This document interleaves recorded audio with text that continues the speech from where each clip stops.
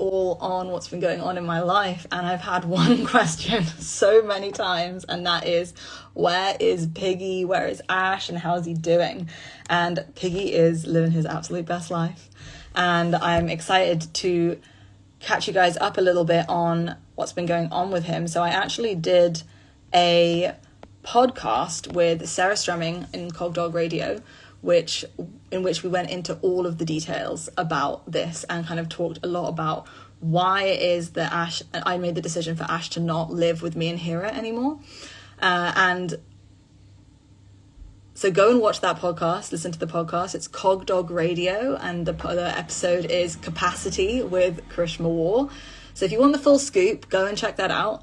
I'm going to introduce...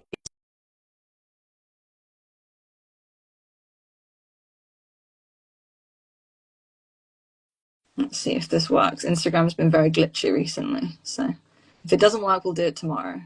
It worked! Oh, I'm so pleased. Hello and welcome. I'm going to finish introing you and then I'll pass it over for you to say hi. So Lauren, if you guys have been around for a while, you'll have seen Lauren. Lauren is my work wife, my bestie. We lived together for 2.5 years, 3 years. How long was it?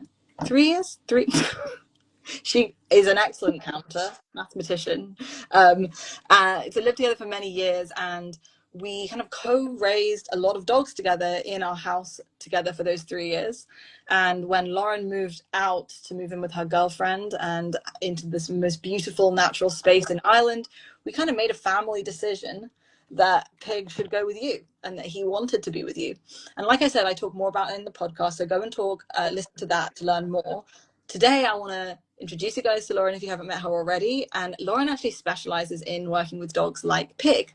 And Lauren worked with me at CCA for many years, and she's recently launched her own business. And so, Lauren, I'm going to pass it over to you. So if people haven't met you, you can reintroduce yourself and tell us a little bit about Catalyst. Yeah, well, thank you for having me on, and I'm just loving the Where's Waldo pig stuff that's been happening. Don't worry, guys, there's plenty of stuff. You can come and see him on Catalyst Canines. He's still living his best life. He's actually sleeping behind me right now. But yeah, so I love working with these kind of dogs, the strong, muscly, intense, highly aroused, incredibly intense dogs, and I have, worked with a lot of different types of dogs, but they have a soft spot for me. And I think that, I'm really lucky that now with Catalyst, I get to sort of specialize in this. And I am working with a lot of adolescent bull breed type dogs on a regular basis and helping their wonderful guardians with all kinds of issues. But commonly we're seeing hyperarousal issues, maybe some dog aggression, maybe some handling sensitivity, a whole host of things. And yeah, it's been fantastic, and I really hope to work with many more that fit this profile because they are fabulous. Well, it's like I talk about in the podcast episode. I talk about how like you and Pig were made for each other. Like you were saying, intense, high arousal. I'm going to add a few in there: super sociable, loyal to a fault. Brave. You're just describing Lauren as well. Like we often work with the dogs that we have these overlaps with, and I think, like I said, like you said, you work with lots of different other types of dogs as well. Very fearful dogs and other ilks, but this kind of powerful, intense, high drive, very motivated dog, I think actually is really hard to find practitioners who really know how to work with these animals. There's a lot of like myths about A lot of working with these stereotypes animals, a lot of abound. stereotypes. Yeah. And Sorry, go ahead. no, I was going to just like gas you up a little bit and say like there are not that many practitioners out there that can bring nuance and kind but clear communication to these particular dogs. And I thought today, we're going to talk a little bit about maybe a few of the things that you really bring to these cases. So maybe start us off with like some of the big things that you help your clients with, or some of the big takeaways that you want folks to have from this. Yeah, I think, like, I will say before I start, these things are really pertinent when working with these kind of muscly, intense, bull breed adjacent kind of type of dogs, but they are still really relevant for the majority of cases that we work. Both you, I, and other really good practitioners will be taking these kind of things into their cases. So it's not just the intense, muscly dogs, but I do see a real high number of cases where, because the sort of dogs the visuals of the dog and the behavior presentation has a lot of kind of myths and stereotypes around them, as they don't feel pain, they are relentless, they are, just they love it, they're just go, go, go, they just love to be predatory and whatnot. We often miss signs of pain, and we often miss signs of discomfort and stress. And I think this is, partly to do with the genetic selection. We bred these dogs for gameness, for them to continue to persevere and be tenacious. And I think actually on that point, like, a lot of people misunderstand gameness as propensity towards aggression. It's not that. It's a propensity towards tenacity and to continue in adversity.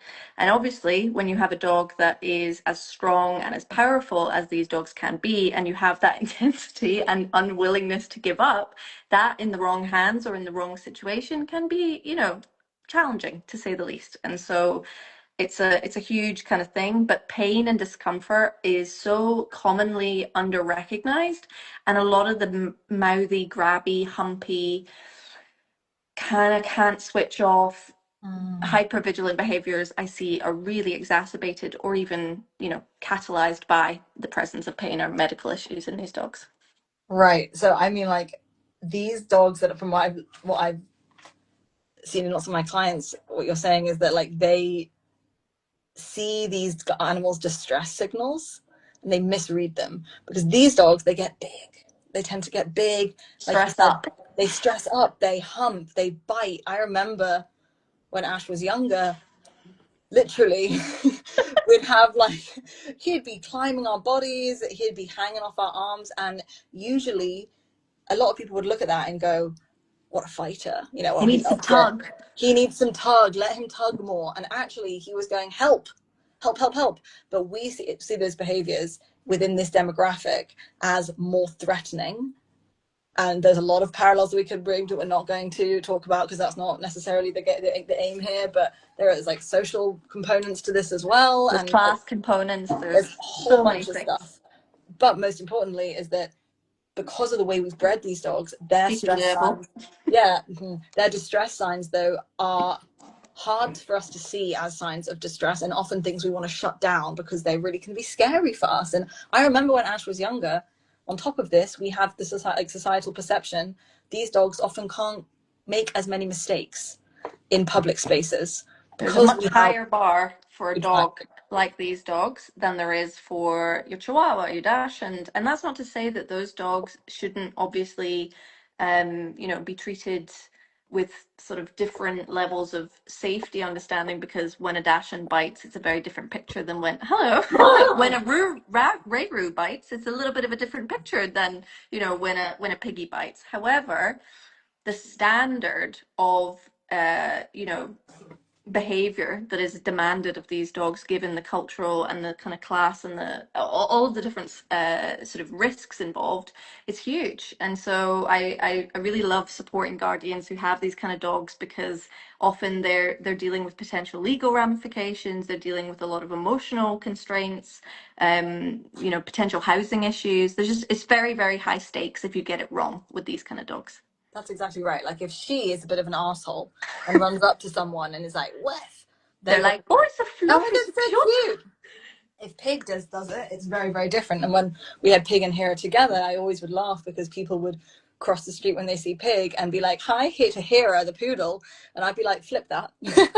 Emily, same thing. Same thing with Emily, yeah. So we first of all have this, like, misconception and these kind of stereotypes and myths, and this just generally misunderstanding that we have about these animals. And I guess when they are stressing up, what do they need? Like, what do they? I'm Yeah, curious. so instead of tug or bite sports, and that, before I sort of sound as though I'm lamenting sports, like, I'm into and love sort of sports as well, but I think that the things that people need to know is how to read what is stress versus what is enjoyment, what is a displacement behavior, what is pain, what is fatigue. These dogs won't stop. You need to be able to put the brakes in for them, and sport without a good understanding of that stuff can be really dangerous. And yeah, I think instead of kind of just saying they need more tug, I would be thinking about the things that we recommend for all of our dogs. We need licking, we need sniffing, we need chewing, we need choice, we need decompression in nature. We need lots of sort of back molar chewing, which is a particular thing for Ash and dogs like him. And honestly, opportunities to feel different proprioceptive and sensory inputs has been huge. I think that there's a lot of dogs like this who they can feel as though they don't really know where their body is in space when they slam into you and when they're jumping around and being extremely athletic. But often I see it as a need for those proprioceptive inputs, and whether that's moving through water, rolling in something disgusting, getting a weighted blanket on them, wearing a pajamas because they are quite sensitive to cold, like all of those different things are really important aspects in helping these dogs feel good in their bodies, have like an embodied and regulated nervous system, basically. Yeah, that actually, like, I mean, if I were to sum it up, it's like you have to understand them and know how to read them, and that they might present a bit differently to what you expect. And then you don't need to control them and suppress them. You actually need to, what I'm hearing from you is like teach them to regulate emotionally and physically. And then you've like named a lot of different skills that they can, a lot of different skills that are part of emotional regulation. I think a lot of the time we want to put these dogs in like a downstay, or use that drive that they have, We use that channel it. tenacity to channel it. People say this all the time, channel it, get the reps in of channeling and practicing. No, screw that. Teach them how to physically and emotionally regulate themselves. And what we do, I saw like when we were raising the dogs, the thing that we did together that I think a lot of people struggle with is that we worked together to really manage everyone's emotions, to teach them, when you feel like this, you should bring yourself back down. And that was the primary lesson we were trying to teach Pig, was like, when your heart starts beating fast, when you feel the need to run around and bite and slam things, what do you do to calm yourself down? And you mentioned a few of those things. Like, a lot of them are not responding to cues and being told what to do and being told to shut up. It's, how does a dog naturally calm themselves down? They move, they sniff, they chew, they cuddle. We do a lot of touching to help Pig calm down. And so this physical and emotional regulation is actually the key skill that we need to teach these dogs. And from my experience, they don't want to fucking learn it. They're like, nah. They're like, no, let's bite this thing. Of course they are, but so we actually have to really be the brain. Yeah, and we need to recognize there's a difference between sort of genetic selection and like a predisposition and an emotional state, because motivation does not equal emotion. Like you can be highly motivated to do lots of things that aren't particularly good for you and don't feel great. And the reality is that, you know, I think there is just a really sad kind of extreme in a lot of the stuff I see about these kind of dogs, that it's like either you're channeling all the time, channeling them into outlets, or you're never kind of putting them in any situation that's challenging and giving them opportunities to kind of, I don't know, learn social skills, learn down regulation skills. It's kind of like isolation or over facing them. Yes, these dogs, from my experience, they want to be a part of it.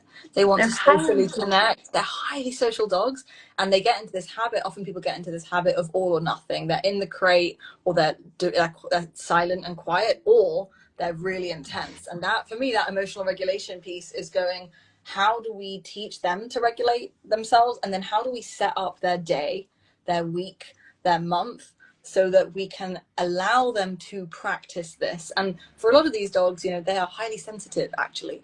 Like, Highly sensitive. highly sensitive. I remember with Pig, he's confident and he is ballsy and he's tenacious, but he also sees everything. He feels everything. And you don't know that at the beginning. It takes you a minute, and then you They start going, deceive you with their like they kind of deceive you.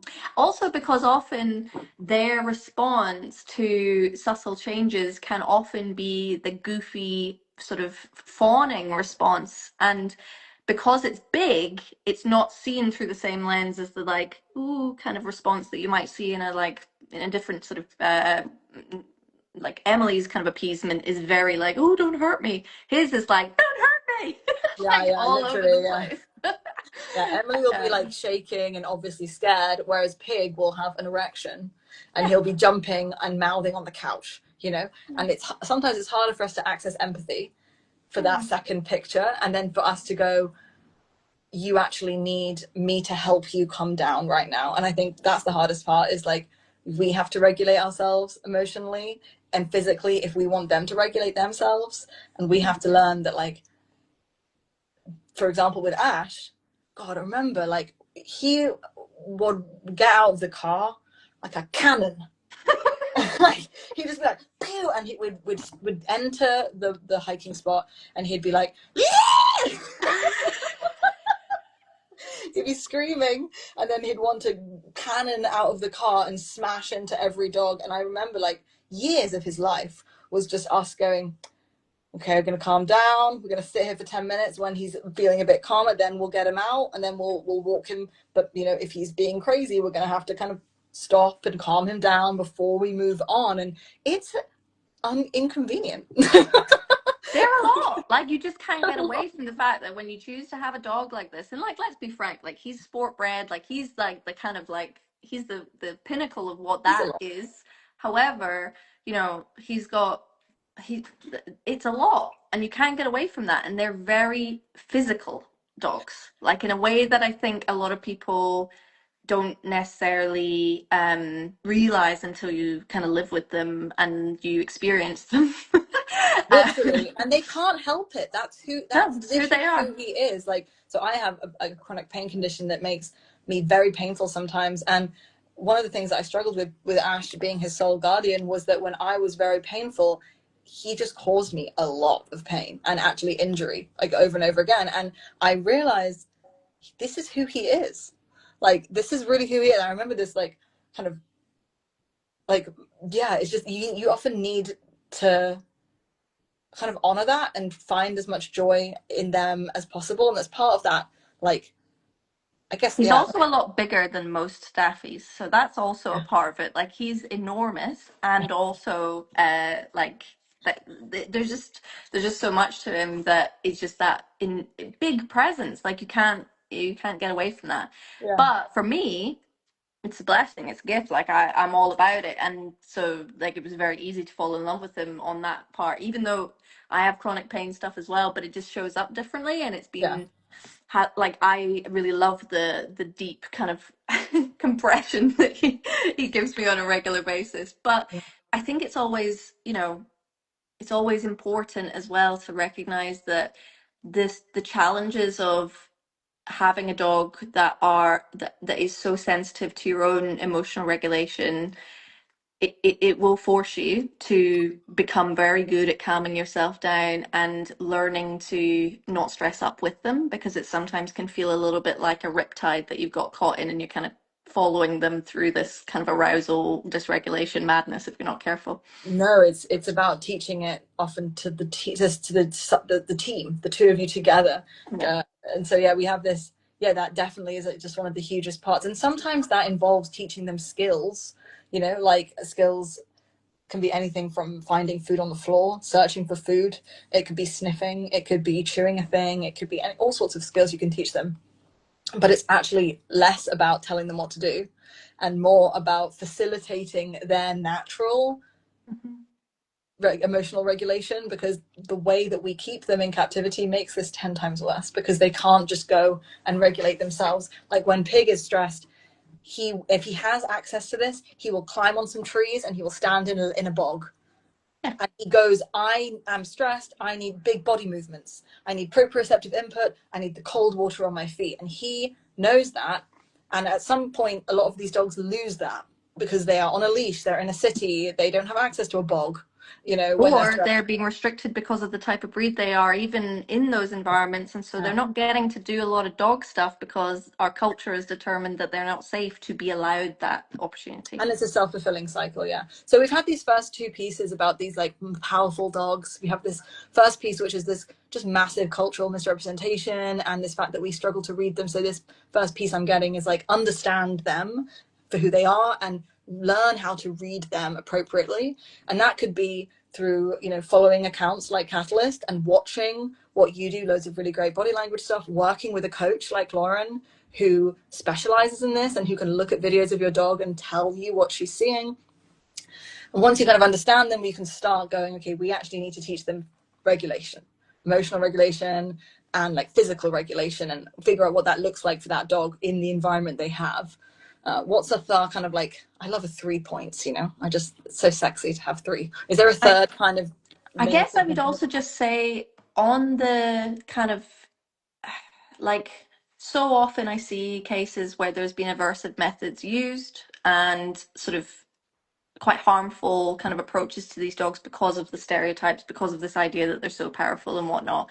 And I just want to say that like there isn't any scientific research that, you know, says that these particular dogs need a heavier hand or something like this. Like this is not, you know, true. And it's not about tools or whatever. It's just about recognizing that like yes, there are interesting and fascinating differences in their phenotype, but they are just dogs and they are under the, you know, what's the word, the control of the same behavioral science that all the other dogs are. So don't get, you know, sort of led down the garden path of they need something heavy handed because they're so powerful. Actually, they need empathy, kindness, and clear communication, just like any other dog out there. Yes, and I actually think the behavioral, like their them what's the word, behavioral malleability, like their ability to change their behavior is as present as any other dog that I see. It's not like they're harder to actually teach or train, but it's just that we have these things in the way that people don't understand about them. And I remember when we were first raising Pig, everyone was like, oh, he'll never be able to relax unless he does bite sports. Oh, he'll never be able to live in a house with another dog because these dogs are aggressive. Oh, he'll never be able to keep his balls because he'll never be able to smell an intact female ever without fighting to get to her. Lies. All of that's wrong. Yeah, and don't Literally. get, yeah, like the individual tells us what, you know, they need and what they can do as much as the breed, the whatever, the lines, etc. I think the really interesting thing as well is that so many of these dogs are often raised in environments that are creating a lot of those issues, but people would rather focus on the breed. They would rather focus on that rather than the fact that, you know, a lot of these dogs are unfortunately bred by, you know, really unscrupulous people, Yeah. not given early socialization, often put in situations where the biggest enrichment they have is a flirt pull, a tug. You know, it's when you create situations where those behaviors are learned and practiced early on, why are you surprised when that becomes an issue later on? Oh no, it's the breed. It's just they have to be like It's the that. breed. They're just like that, absolutely. And I was talking about this, like the youngest we have with Sarah is Carson, who's a 2-year-old border collie. She could be Ash in a border collie suit, or you know, or vice versa. That's why I love her so much. She's amazing. Yeah, she is Pig, but made of spaghetti. She's smaller, she's lighter, she doesn't hurt me as much, which is amazing for me. And but she is equally a lot. She is equally, if she was muscly, people would view her behaviors differently. You know, they really would. They'd think of them more of more of a problem, whereas we look at them and go, "Oh, it's border collie, 2-year-old border collie. That's fine. It'll go away." We know that that's normal for her age, and it's been fascinating for me experiencing, you know, Ash now is an adult, and he's I fully can't an believe it. adult. Like, it's amazing because he is an actual adult. He is socially savvy. He is able to make dog friends. He lives with Emily, who, you know, he respects. You know what I mean by that? He respects her space, and Yeah. he's living with an elderly dog who has chronic pain issues and historically would have guarded space and guarded food, and they live really peacefully together. And she even asks him to play sometimes, which, Yeah. quite frankly, 2 years ago I would have been like, hell no, that's as impossible. if as if literally I would have been the same. And there was so much that took for him to get there. Like, it took a community around him that took care of him. It took so many accommodations, especially in his early life. Like, the amount that we had to bend around to make him okay, to make him able to regulate to the best of his ability, to the point that, you know, you've literally left the city and moved to the middle of the countryside. And a big part of that was because you wanted to, but also you wanted this life for your dogs. Like, you wanted them to have this this space that's going to help them. And I'm not saying everybody move to the country. Well, actually, maybe I am. I don't know. We'll talk about that another time. But what I'm saying is they're a lot. They were made to be that way. We kind of need to honor that. We need to make accommodations for them where we can. We need to honor our limits and our capacity if that's not something that we can do. And we need to be real about the fact that these dogs deserve better, kinder, gentler care. And that can be harder to access for these particular dogs. But when done well, we can have this really amazing result, which is just him living his best life and being safe and being like you two just having the best relationship. Yeah, honestly, it's hilarious having your entire mental health attached to a dog that's incredibly accident prone, but here we Oh are. my God, he really is. It's such a problem. All of our dogs are like desperate to hurt themselves and That's somebody. probably a good thing to say, actually, as well, is that, these dogs, ironically, for seeming so kind of sturdy and resilient, and, they are, but they're very predisposed to musculoskeletal issues, sometimes because of the bad breeding that is unfortunately common, sometimes to do with the high intense activities that they tend to gravitate towards if we're not careful or not really monitoring and helping them do it safely. And so vet physiotherapy or, Mm-hmm. specialist care may be a good thing for you to look into.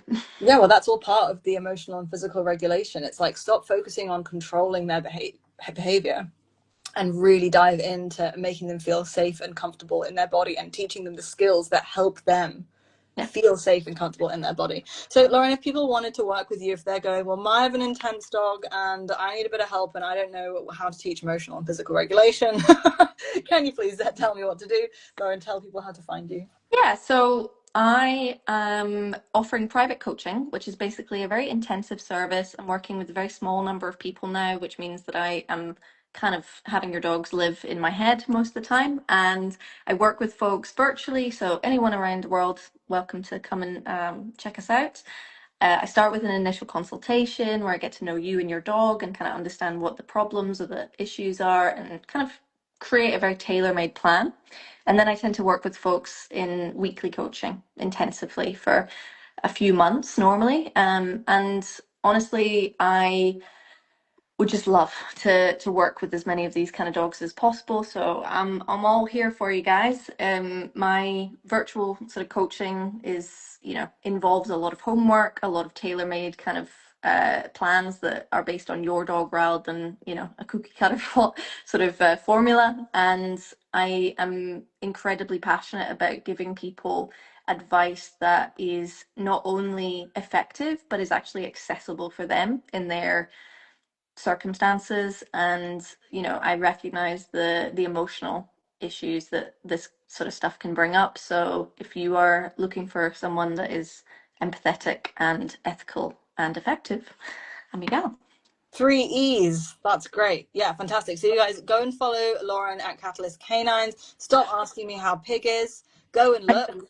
can I just announce my winner?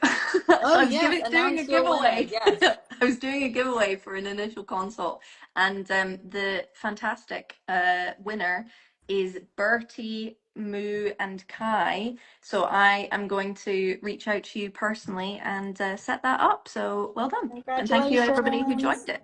Yay. So everyone go over to Catalyst Canine, follow along, and you can see Mr. Pig. And when I come and visit you guys, we'll still see a lot of Pig, don't worry. But go and check him out. Lauren's amazing. If you guys need any help, definitely do check out her website and what she has to offer. And Lauren, thank you so much for coming to join so that we can finally answer everyone's questions about where is Pig.